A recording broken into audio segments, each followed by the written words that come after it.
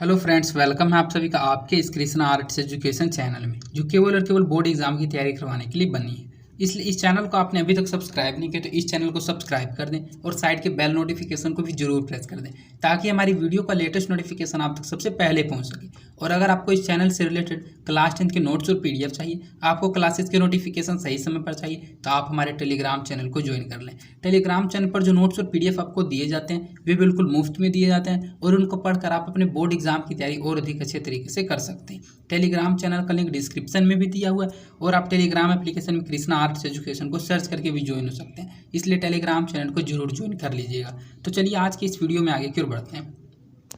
आज हम आपको कक्षा 10 का संस्कृत प्यूसम द्वितीय भाग का छठा पाठ भारतीय संस्कार का ऑब्जेक्टिव क्वेश्चंस करवाने वाले हैं। अर्थात आज हम आपको भारतीय संस्कार पाठ का वस्तुनिष्ठ प्रश्न उत्तर पढ़ाने वाले हैं। और अगर आपको कक्षा 10 के संस्कृत के किसी अन्य पाठ के वस्तुनिष्ठ प्रश्न उत्तर, लघु उत्तर प्रश्न उत्तर या फिर उस पाठ के हिंदी अर्थ के वीडियो को देखना है, तो आप डिस्क्रिप्शन में दिए गए लिंक संस्कृत संपूर्ण हिंदी अर्थ वस्तुनिष्ठ प्रश्न उत्तर और लघु उत्तर प्रश्न उत्तर 2023 के प्लेलिस्ट में जाकर किसी भी पाठ की किसी भी वीडियो को आसानी से देख सकते हैं। तो चलिए बिना देर करते हुए इस वीडियो में हम आपको भारतीय संस्कार पाठ का वस्तुनिष्ठ प्रश्न उत्तर पढ़ाते हुए चलते हैं।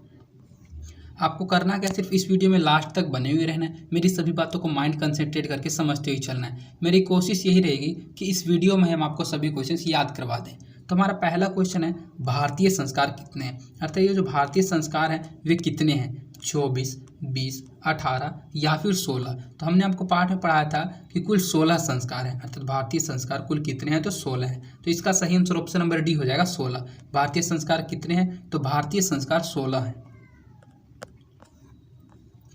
सीमंत उन्नयन संस्कार किस संस्कार में गिना जाता है? ये एक संस्कार का नाम है सीमंत उन्नयन। तो 5 प्रकार का संस्कार होता है और कुल 16 संस्कार होते हैं। तो पूछा इसमें ये जा रहा है कि जो सीमंत उन्नयन संस्कार है ये किस संस्कार में गिना जाता है? शिक्षा संस्कार में, मृत्यु के बाद के संस्कार में, जन्म पूर्व संस्कार में या फिर विवाह संस्कार में? तो ये जो सीमंत उन्नयन संस्कार होता है ये जन्म पूर्व संस्कार में गिना जाता है। तो इसका सही आंसर ऑप्शन नंबर सी हो जाएगा, जन्म पूर्व संस्कार में।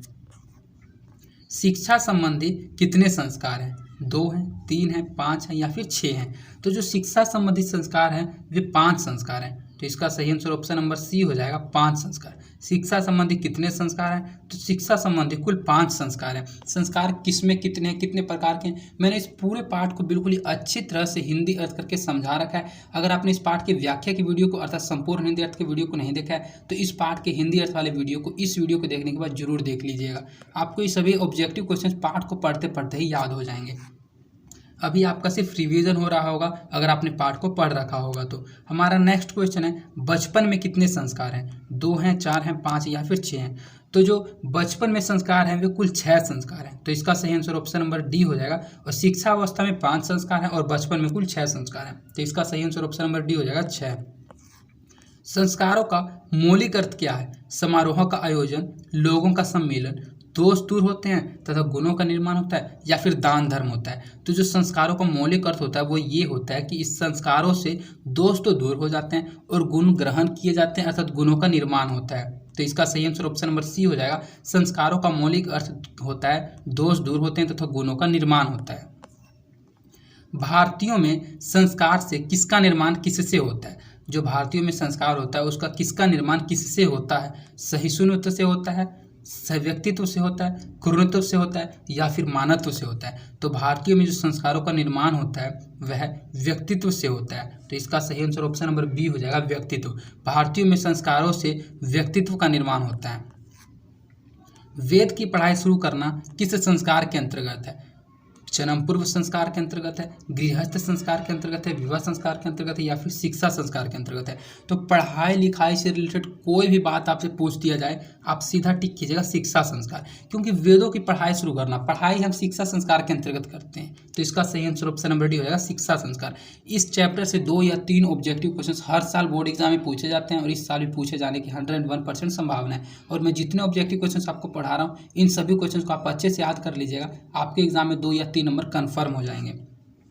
तो वेदों की पढ़ाई शुरू करना किस संस्कार के अंतर्गत आती है? तो यह शिक्षा संस्कार के अंतर्गत आती है। संस्कारों को कितने भागों में बांटा गया है? जो संस्कार है उसको कुल कितने भागों में बांटा गया है? 2 भागों में, 4 भागों में, 5 भागों में या फिर 6 भागों में? तो संस्कारों को कुल 5 भागों में बांटा गया है। तो इसका सही आंसर ऑप्शन नंबर सी हो जाएगा, 5 भागों में। मरने के बाद कितने संस्कार हैं? 1 संस्कार, 3 संस्कार, 5 संस्कार या फिर 6 संस्कार। तो एक बार हम आपको फिर से एक्सप्लेन कर देते हैं। शिक्षा अवस्था में कुल 5 संस्कार होते हैं, बचपन में कुल 6 संस्कार होते हैं और मरने के बाद कुल 1 संस्कार होता है, जिस संस्कार का नाम है अंत्येष्टि संस्कार। तो इसका सही आंसर ऑप्शन नंबर ए हो जाएगा। मरने के बाद कितने संस्कार हैं? तो मरने के बाद सिर्फ और सिर्फ 1 संस्कार किया जाता है। किस संस्कार के द्वारा मनुष्य गृहस्थ जीवन में प्रवेश करता है? जन्म पूर्व संस्कार के द्वारा, गृहस्थ संस्कार के द्वारा, विवाह संस्कार के द्वारा या फिर शिक्षा संस्कार के द्वारा। तो इस टाइप का क्वेश्चन आप अपने माइंड के अनुसार भी दे सकते हैं कि ऐसा कौन सा संस्कार है जिस संस्कार के करने के बाद हम लोग गृहस्थ जीवन में प्रवेश करते हैं। तो हम लोग जब विवाह कर लेते हैं तो गृहस्थ जीवन में प्रवेश करते हैं, अर्थात विवाह संस्कार के द्वारा मनुष्य गृहस्थ जीवन में प्रवेश करता है। तो इसका सही आंसर ऑप्शन नंबर सी हो जाएगा, विवाह संस्कार के द्वारा। पुंसवन किस संस्कार के अंतर्गत आता है? ये जो पुंसवन है ये किस संस्कार के अंतर्गत आता है? जन्म पूर्व संस्कार के अंतर्गत, गृहस्थ संस्कार के अंतर्गत, विवाह संस्कार के अंतर्गत या फिर शिक्षा संस्कार के अंतर्गत। तो इससे पहले जो आपने पढ़ा था सीमंत उन्नयन, तो जो सीमंत उन्नयन था वह तो जन्म पूर्व संस्कार के अंतर्गत आता था। तो उसी प्रकार ये पूछा जा रहा है पुंसवनम, तो ये संस्कार भी जन्म पूर्व संस्कार के अंतर्गत ही आता है। सीमंतोन्नयन और पुंसवनम ये दोनों के दोनों गर्भावस्था में अर्थात जन्म पूर्व संस्कार के अंतर्गत आते हैं। तो इसका सही आंसर ऑप्शन नंबर ए हो जाएगा, जन्म पूर्व संस्कार के अंतर्गत आते हैं। अंत्येष्टि संस्कार कब होता है? ये मैंने अभी आपको बताया था। अगर आप मेरी बातों को ध्यान से सुन रहे हैं तो आपको इसका आंसर पता होगा कि जो अंत्येष्टि संस्कार है वो कब होता है। जन्म पूर्व होता है, पानी ग्रहण में होता है, मरने के उपरांत होता है या फिर जीवन में होता है। तो जो अंत्येष्टि संस्कार है ये एकमात्र संस्कार मरने के उपरांत होता है जिसमें शव को जलाया जाता है। तो इसमें सही आंसर ऑप्शन नंबर सी हो जाएगा, मरने के उपरांत। अंत्येष्टि संस्कार कब होता है? तो अंत्येष्टि संस्कार मरने के उपरांत होता है। अक्षर आरंभ करना किस संस्कार के अंतर्गत आता है? ये जो अक्षर आरंभ करना संस्कार होता है ये किस संस्कार के अंतर्गत आता है? जन्म पूर्व संस्कार के अंतर्गत, गृहस्थ जीवन के अंतर्गत, विवाह संस्कार के अंतर्गत या फिर शिक्षा संस्कार के अंतर्गत। तो अक्षर आरंभ करना, वेदों की पढ़ाई शुरू करना। अक्षर आरंभ हम लोग कब करते हैं? जब हम लोग शिक्षा में प्रवेश करते हैं, पढ़ाई शुरू करते हैं, तो सबसे पहले हम लोग अक्षर आरंभ करते हैं अर्थात अक्षर और अंक को लिखना सीखते हैं। तो इसका भी सही आंसर ऑप्शन नंबर डी हो जाएगा, शिक्षा संस्कार के अंतर्गत अक्षर आरंभ करना संस्कार आता है। तो इसका सही आंसर ऑप्शन नंबर डी हो जाएगा, शिक्षा। सप्तपदी किस संस्कार के अंतर्गत आता है? जन्म पूर्व संस्कार के अंतर्गत, गृहस्थ संस्कार के अंतर्गत, विवाह संस्कार के अंतर्गत या फिर शिक्षा संस्कार के अंतर्गत। तो जो सप्तपदी है ये कर्म कांड होता है जो कि विवाह संस्कार के अंतर्गत होता है। तो इसका सही आंसर ऑप्शन नंबर सी हो जाएगा, विवाह संस्कार के अंतर्गत। सप्तपदी किस संस्कार के अंतर्गत आता है? तो सप्तपदी विवाह संस्कार के अंतर्गत आता है।